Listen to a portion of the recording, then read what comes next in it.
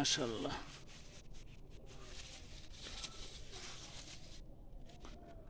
এগুলো হলো ছিঁড়ছি আজকে মনে এক একটা গাছ থেকে 2 কেজি 3 কেজি ছিঁড়ছি। এই হইল মাটি, এই এই মাটি, এই বেগুন।